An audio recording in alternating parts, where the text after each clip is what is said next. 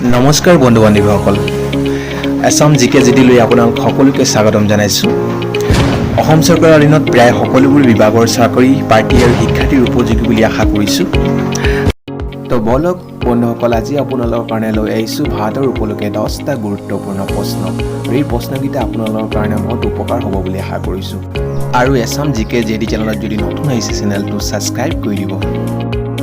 তো বলক বন্ধুসকল আজিৰ প্ৰথম প্ৰশ্ন হৈছে ভাৰতৰ ৰাষ্ট্ৰীয় জন্তুৰ নাম কি আমি সকলোৱে গম পাওঁ তথাপি পাহৰিব লগা হয় নাম্বাৰ এ গৰু নাম্বাৰ বি হাতী নাম্বাৰ সি বেংগল টাইগাৰ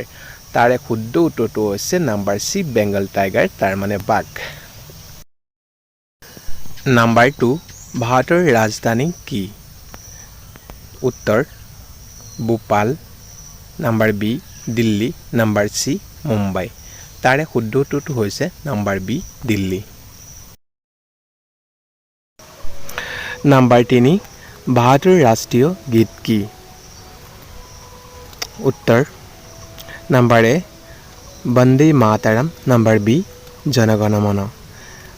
আমাৰ শুদ্ধ উত্তৰটো হৈছে বন্দে মাতৰম নাম্বাৰ এ number 4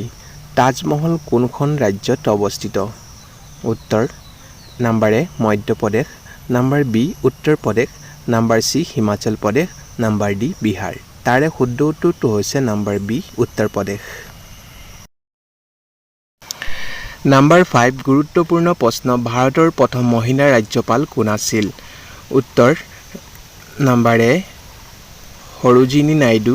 number B Uma Bharati number C Kalpana Chawla তাৰে শুদ্ধ উত্তৰটো হৈছে number A Sarojini Naidu number 6 গুৰুত্বপূৰ্ণ প্ৰশ্ন কাক ভাৰতৰ ৰাষ্ট্ৰীয় পিতৃ বুলি কোৱা হয় উত্তৰ number A Subhash Chandra Bose number B Bhagat Singh number C Mahatma Gandhi তাৰে শুদ্ধ উত্তৰটো হৈছে number C Mahatma Gandhi number 7 ভাৰতৰ প্ৰথম ৰাষ্ট্ৰপতি কোন আছিল উত্তৰ নাম্বাৰ এ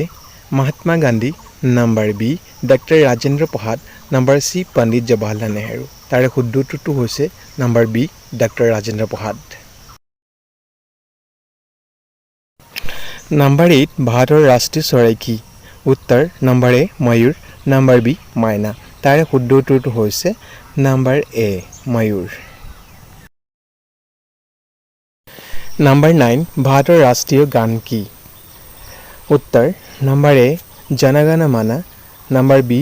মোৰ দেশৰ ভূমি নাম্বাৰ সি বন্দে মাতৰম তাৰে শুদ্ধ উত্তৰটো হৈছে নাম্বাৰ এ জনগণ মন লাষ্ট নাম্বাৰ 10 অতি গুৰুত্বপূৰ্ণ প্ৰশ্ন পৃথিৱীৰ আটাইতকৈ ডাঙৰ মহাদেশখন কি উত্তৰ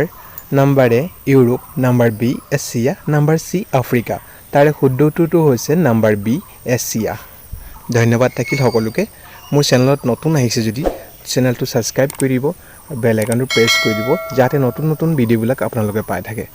ধন্যবাদ জয় আই অসম